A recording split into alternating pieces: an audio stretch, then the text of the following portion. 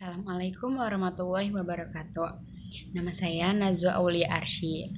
Saya dari kelas 12 MIPA 2. Di sini saya akan menjelaskan tentang proses masuk dan berkembangnya agama Islam ke Indonesia. Agama Islam pertama kali lahir di Mekah, Arab Saudi. Para pemeluknya menyebarkan agama Islam lewat berbagai jalur. Salah satu teori menyebutkan bahwa agama Islam di Indonesia masuk lewat jalur perdagangan.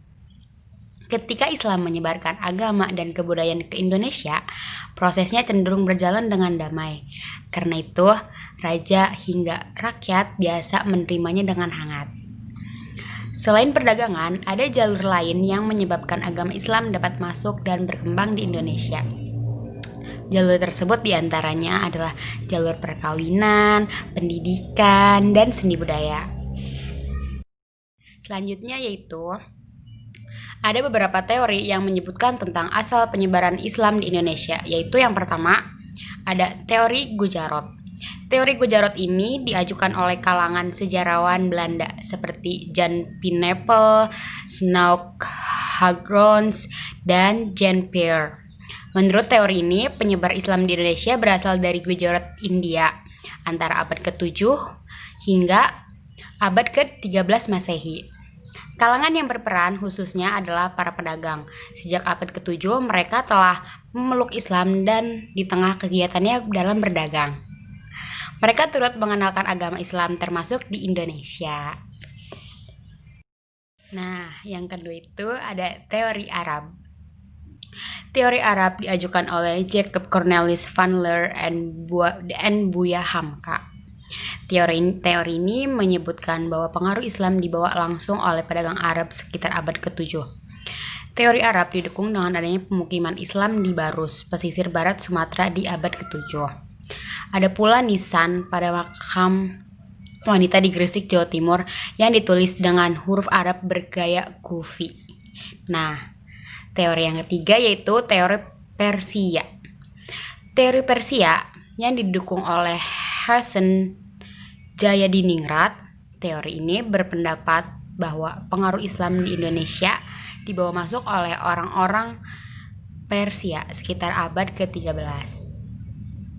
Argumen yang diajukan oleh teori ini adalah terdapat kesamaan budaya dan tradisi yang berkembang antara masyarakat Indonesia dan Persia, seperti peringatan 18 Muharram, kesamaan ajaran Kufi, persamaan seni kaligrafi pada nisan makam, dan terdapat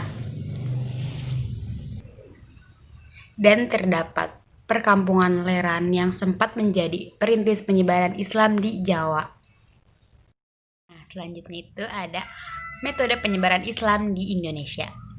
Itu yang pertama ada perdagangan. Nah, perdagangan itu saluran pertama yang dipergunakan dalam proses Islamisasi di Indonesia. Hal itu dapat diketahui melalui adanya kesibukan lalu lintas perdagangan pada abad ke-7 Masehi sampai dengan ke abad 16 Masehi. Aktivitas perdagangan ini banyak melibatkan bangsa-bangsa di Indonesia, termasuk bangsa Arab, Persia, India, dan Cina. Yang kedua itu ada perkawinan. Para pedagang muslim memiliki status sosial ekonomi yang lebih baik daripada kebanyakan penduduk pribumi. Hal ini menyebabkan banyak penduduk pribumi, terutama wanita, yang tertarik untuk menjadi istri-istri para saudagar muslim. Mereka yang akan dinikahi harus diislamkan terlebih dahulu. Keluarga mereka pun tidak merasa keberatan, karena prosesnya sangat mudah, yaitu dengan cara hanya mengucapkan 2 kalimat syahadat. Setelah itu, mereka menjadi komunitas muslim di lingkungannya sendiri. Contohnya yaitu perkawinan antara Raden Rahmat atau Sunan Ngampel dengan Nyai Manila, dan antara Sunan Gunung Jati dengan Putri Kaunganten. Nah, yang ketiga itu ada pendidikan. Pada metode penyebaran Islam di bidang pendidikan yaitu para ulama banyak yang mendirikan lembaga pendidikan Islam berupa pesantren. Para lembaga inilah para ulama memberikan pengajaran ilmu keislaman melalui berbagai pendekatan sampai kemudian para santri mampu menyerap pengetahuan keagamaan dengan baik. Nah, lembaga pendidikan pesantren yang didirikan pada awal Islam di Jawa yaitu pesantren Giri yang didirikan oleh Sunan Giri dan pesantren yang didirikan oleh Raden Rahmat di Ampel Denta. Yang keempat itu ada tasawuf. Metode yang keempat ini salah satunya bersifat khas. Ajaran ini adalah akomodasi terhadap budaya lokal, sehingga menyebabkan banyak masyarakat Indonesia yang tertarik menerima ajaran tersebut. Para pengajar tasawuf atau biasa disebut sufi adalah guru-guru pengembara dengan sukarela mereka menghadapi kemiskinan. Nah, dengan tasawuf, bentuk Islam yang diajarkan kepada para penduduk pribumi mempunyai persamaan dengan alam pikiran mereka yang sebelumnya memeluk agama Hindu, sehingga ajaran Islam dengan mudah diterima oleh mereka. Nah, yang kelima itu metode kesenian.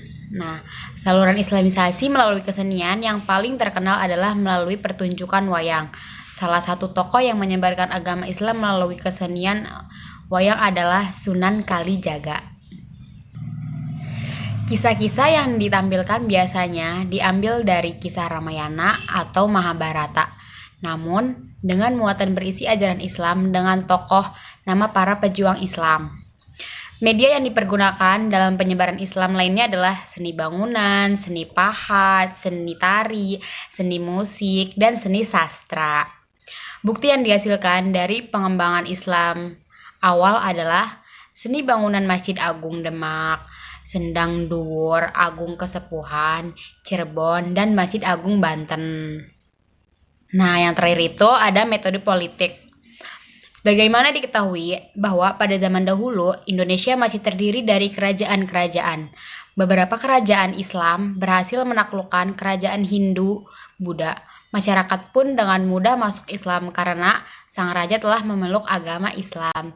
Jadi para pengikutnya itu mengikuti sang raja untuk masuk ke agama Islam gitu. Kerajaan Islam yang didirikan pertama kali adalah Kerajaan Perlak.